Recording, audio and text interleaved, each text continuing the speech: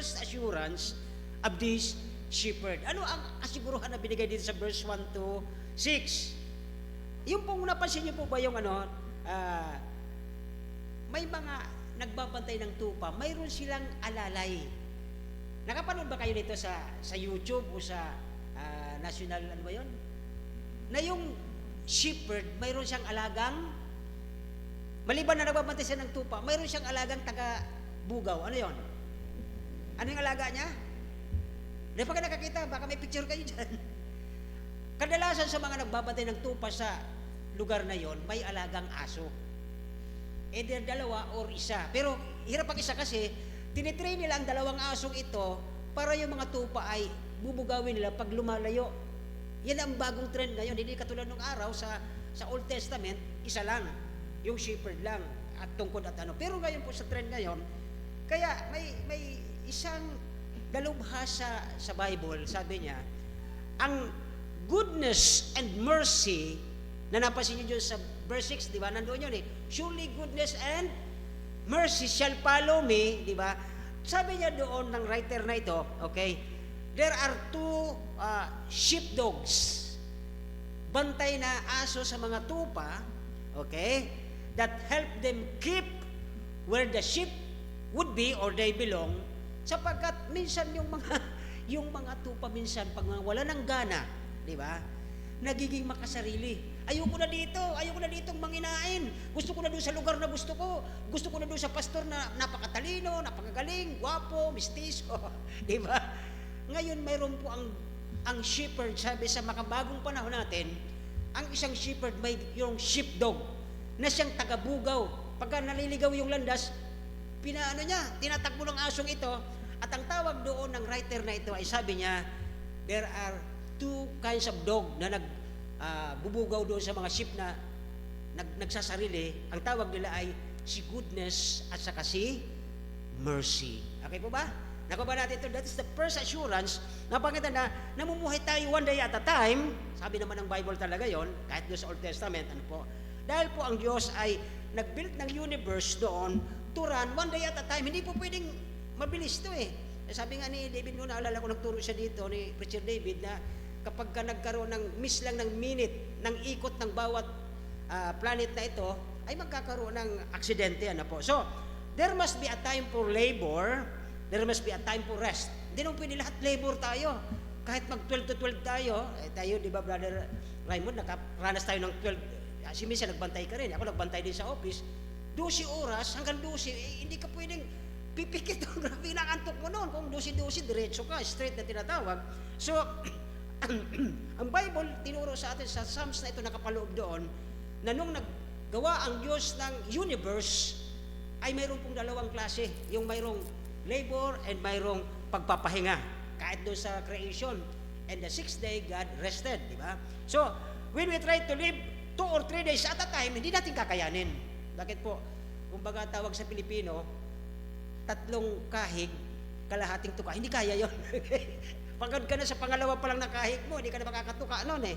Okay, so dito po ay we cannot enjoy today's eventually yung maghabol ka na minsan yung ating spiritual ay sobrang down na, wala ka na halos gana, magbasa, magpray, tapos habulin mo yung physical mo. Ganun din eh, parang lumalabas tayo malnourished kasi mataba yung physical, payat yung ating spiritual. We need to remember that as your days, so shall your strength be, sabi ng Deuteronomy 33:25. Kung ano ang iyong panahon, dapat yun din yung iyong kalakasan. Bakit po? Sa gabi baga may pahinga tayo, kaya nga po sa gabi nagmakain, tapos papahinga, kasi kumbaga sa computer, ay nag-ano rin yan eh, nag-retrieve ng kanyang mga lakas, ano po. So, tayo po bilang mga sheep ng Panginoon, kasi kaya po hindi ba ngayon ang apostolito, kasi po naituro ko na sa inyo to last year, di ba? Talagang inisa-isa natin per verse. As His sheep, bilang tayo ito parang Panginoon, ano po? Dapat mag-umpisa tayo sa bawat araw na mayroon tayong confidence. Sigurado tayo, taas loob tayo, ano po? Sabi ng John chapter 10, kung naalala niyo po ang John chapter 10, sinasabi doon ng Panginoon that Jesus goes before each one of us every day. The Lord is my Shepherd, I shall not want. Sabi ng John chapter 10, my sheep hear my voice and they... Paano tayo papalo kung wala siya sa tabi natin, di ba? Nakukuha niyo po ba yung sentence na yon? Sabi ng John chapter 10, they follow me. Paano tayo magpapalo kung wala siyang presence niya sa atin every day? At ang presence sa atin every day, makasarili ka, puro ikaw lang, me, my, I, wala ang Diyos doon. So paano ka makakapalo kung ikaw ang sinusunod mo? So hindi po yan magiging eksakto sa sinasabi ng Psalms 23. So dito po, tayo ay confident that Jesus goes before us or His sheep every minute ng buhay natin. So, we cannot walk into any experience. Ano mang experience natin, hindi natin kakayanin. Bakit po? Ang tao po ay puro pababa at wala niyang paitaas, walang spiritual na sapagat ang tao ay total na depraved. Ang sabi ng iba, pinag-aawayan ito na wala daw kakayahan. May kakayahan sila mamili sa free will pa nga lang. May kakayahan, kaya lang, mas ginugusto ng tao yung gusto niya kisa sa inilagay ng Diyos na gagawin. Tama po ba ako? Tingnan nyo, may Bible kayo. Ano ang pinipili nyo pang umaga? Jacob. Di ba? Ano ang pinipili mo sa umaga pag una mong dadamputin? Ang Word of God o yung word ng messages? Di ba? Ganun po ang dito ng Panginoon. We cannot walk into the experience na where Jesus ay nandoon muna siya bago tayo maka-experience sa mga bagay na ito na pinagdadaanan natin. Nauna na si Kristo po doon. Hundreds of, ilang taon na po sa New Testament, nauna sa atin si Christ. Dinaanan niya na tinukso siya, 4 na po, di ba? 40 days and 40 nights siyang walang kain, uhaw na uhaw. Okay? At pinakita niya doon, may katawan siyang laman, kaya niya And whereas si Joseph po, nakayanan niya din And why ang mga ibang tao nagsasabi, hindi namin kaya? Okay? Kasi nga po, nasa sa kanila yon. Kaya dito po ang pinapakita din sa atin ng Panginoon sa unang assurance na ang Panginoon na ating shepherd. Bawat experience ninyo, dito sa simbahan ito, ang dami kong nakita. Luhaan sila, every Sunday, naiyak sila rito. Grabe ang pinagdadaanan nila.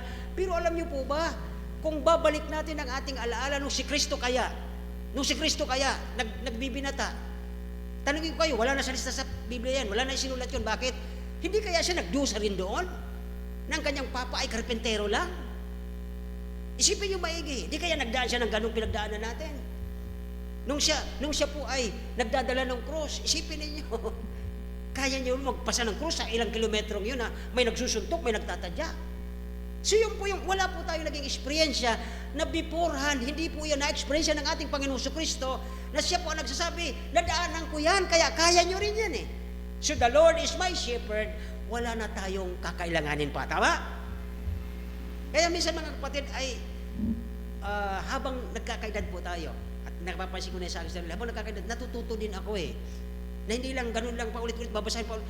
Marami talagang binibigay ang Panginoon. Okay? So dito, hindi tayo pwedeng lumakad sa eksperyensya sa buhay na ito na hindi yan na-experience ng Panginoon. Nung araw tuloy, nung nasa Bible College kami, tinanong kami, naglaro ba si Christ ng piko? Napakaano naman ang tanong mo Bakit yung piko na yan? May piko na ba nung araw? Siyempre wala. Di ba? Ang uso noon, alam niyo kung ano, dice. Sa cross, dice yun yung number, yung dice yun, hindi po yung piko. Kaya minsan may mga pilosopo kasi. So dito po, lahat ng dinadaanan natin ngayon, kasi bakit po sabi niya, bago pa nila, halimbawa ako, habang minumura nila ako, hindi ako ang minumura nila, ang Panginoon na namatay ako kasama niya, di ba? I am crucified with Christ. Hindi na po ako yung buhay na ito. Kaya gawin mo sa akin, hindi mo sa akin ginagawa yan. Are you listening? Hindi nyo sa akin ginagawa yun, naiinis kayo, nabubwisit kayo. Hindi nyo sa akin ginagawa, kundi ginagawa yun sa Panginoon, na kasama kong namatay noon, nung nandun siya sa krus. Bakit po? Sabi baga doon, ang pinamumuhay natin ngayon, kung Kristiyano kayo ang ipinamumuhay ko ngayon ay hindi na sa akin, kundi sa Kristong namatay sa krus, na nagbigay ng kanyang buhay para sa akin. So yun po yung nakatotohanan dyan. Kaya dito po, walang eksperyensya na hindi na-experience ni Christ yun Si Christ mismo naka-experience nung siya'y nagbibinata. Ilang taon nga ba ulit siya bago siya nagpastor? Ilang taon? 33. Biruin mo yon. O sinong 33 ngayon? Baka 45 na ngayon. Diba? Okay. Sinong 20? Wala na? 20? Wala. 25? Wala nga. Wala tayong ano dito. Okay. So, maliban na tayo makapaglakad ng experience ni Christ, although, Diyos po yun, hindi natin kaya ang sapatos noon. Kaya lang, ang punto po dito ng writer, sabi dyan ni David, na ang Panginoon ay kasama natin. May assurance tayo na ang shepherd kasama natin sa lahat ng experiences. Bad, worse, grabing, yung sinasabi ko sa inyo, yung song in the night, na yung wala ka nang masabi pa, wala ka nang maibigkas pa, kundi puro luha na lang sa mata mo at malabo na, sapagkat wala ka nang masabi noon, ito na yung pinakahuli sa buhay ko. That's the song in the night.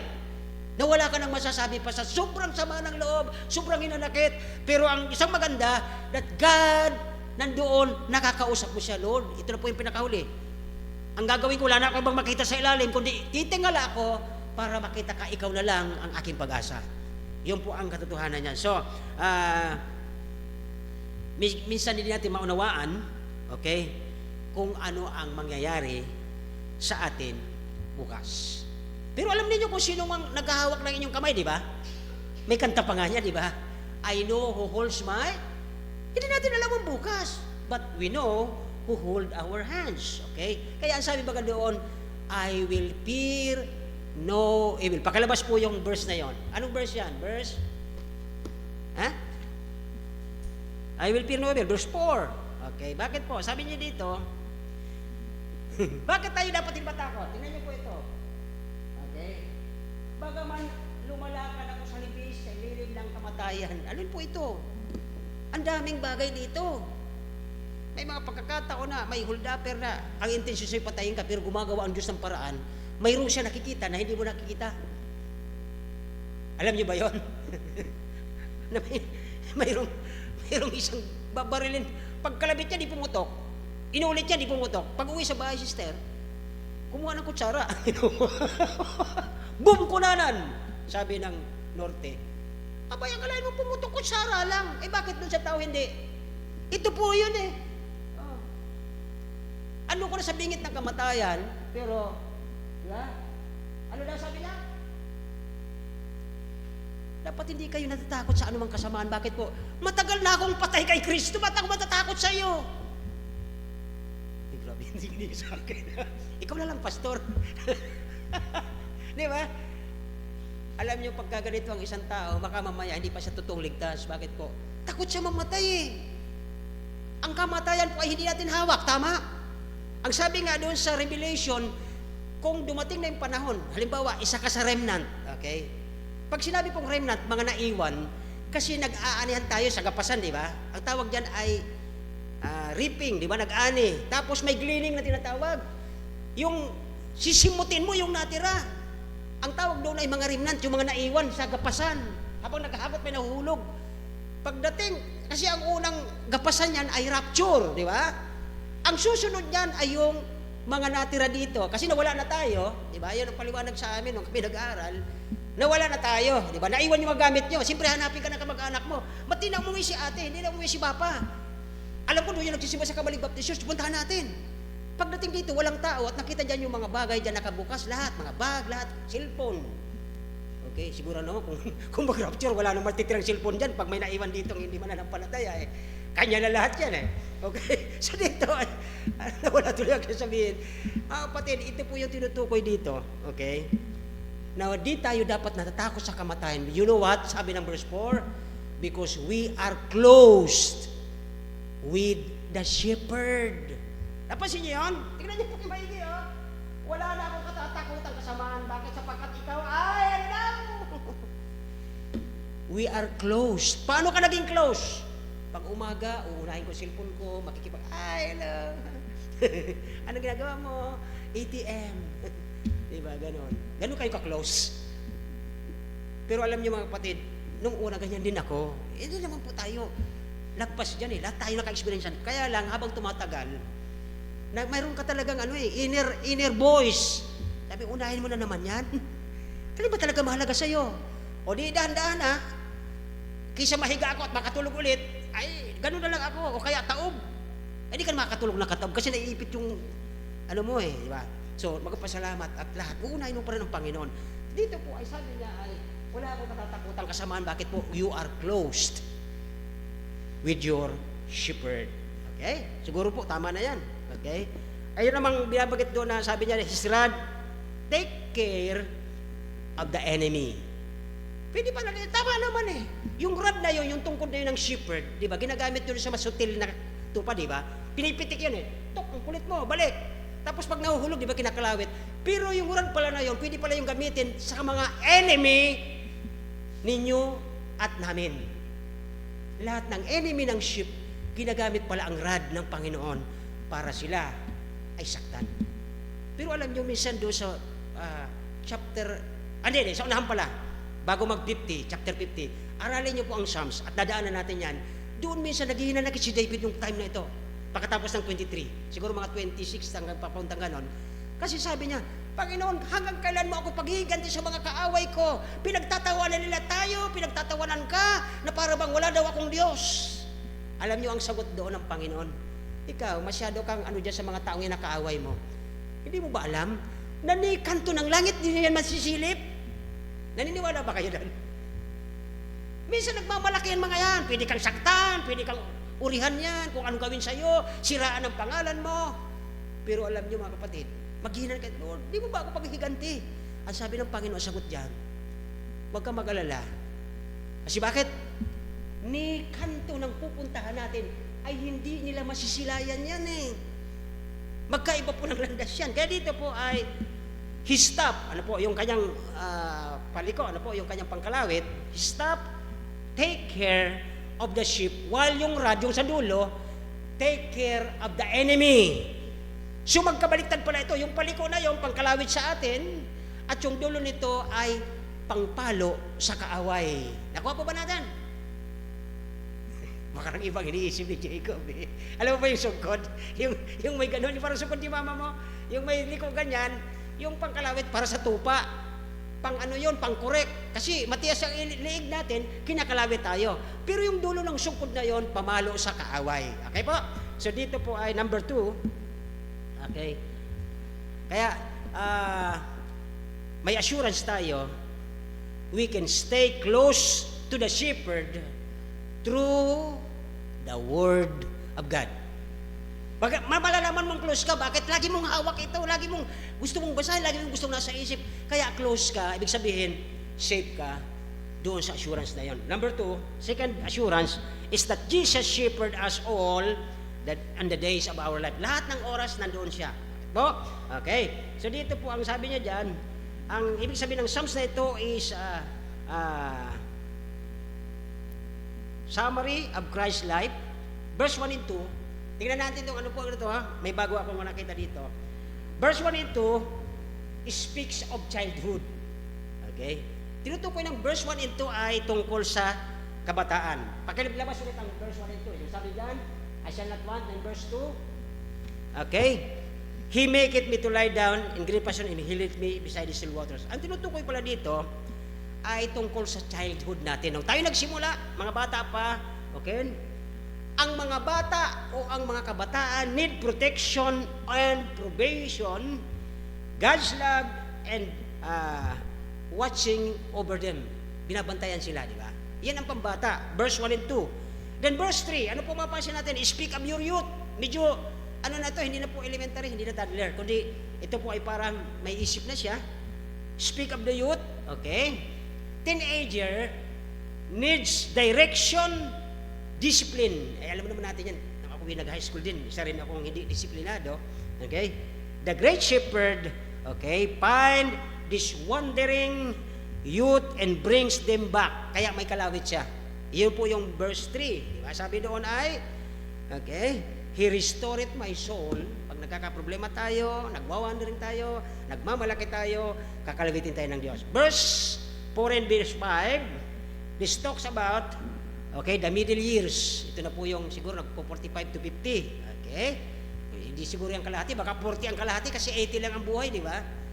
Plus na nga yung 10, 70 talaga at actually, pero pag may dagdag ang Panginoon, nagiging 80. So, ang kalahati, the middle age is, nasa mga, ano yan nasa 40, ano po. So, hindi ito magadali. Sa edad na ganito, hindi po madali sa isang tupa, sa isang Kristyano, okay? Kapag ang mga bata, baga nag-grow up na, di ba? Ang mga adult, dito po sa verse 4 and 5, sabi dyan, verse 4 and 5, yea, though I walk through the valley and the shadow of death, I will fear no evil, thou art with me, thy rod and thy staff comfort me, thou prepares the table before me. Kumbaga lahat ng presence, kasi minsan mga kapatid, ang mga adult, tumatakas sa bill. Di ba, nauso ngayon yung panahon, mga 2000, yung mga pauso, mga ano ng card, di ba, naglilend ng pera, ibigay sa yung buo, para mabayad ka. Minsan, yung bill, yun ang parang tinatakasan natin. Nahirapan tayo doon. Kaya tingnan niyo po dito from verse 4 and 5, the middle ages, yung nasa gitna na ng adulthood, hindi na po madali sa panahon nila sapagkat kapag dito po ay mayroon na silang mga bayaran, lalo na ngayon usong-usong hulugan, yun po yung mga bills na tinatawag. Yun pala binabagit doon sa verse 4 and verse 5. Last verse 6. Ano na kaya tinutukoy nito sa verse 6? Tingnan niyo po ang verse 6, basahin muna natin. Okay? Sabi ng verse 6, surely goodness and mercy shall follow me on the days of my life, and I will dwell in the house of the Lord forever. Ano kaya tinutukoy dito? Siyempre, tapos na tayo sa childhood, sa youth, middle age. Last is mature years, di ba? Yung medyo matured ka na Hindi ka na dapat pagsasabihan, lahat. So, hindi natin maunawaan minsan.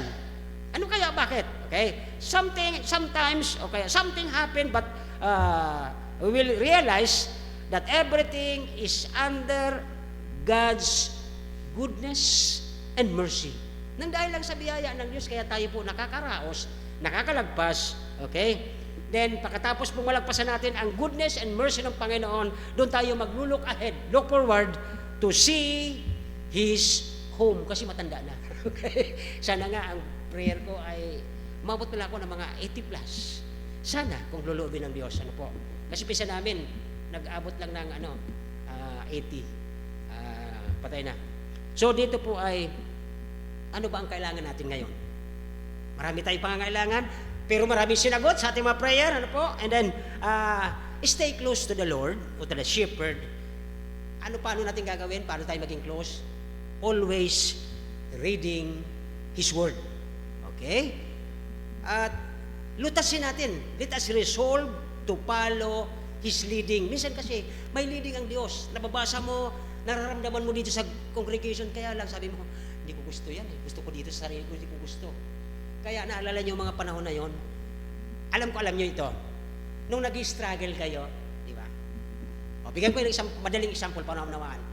Sa isang nalulunod, sabi ng mga lifesaver, talagang standard ito, isop ito, kapag ang nalulunod ay sige pa ang ganyan, huwag na huwag kang lalapit.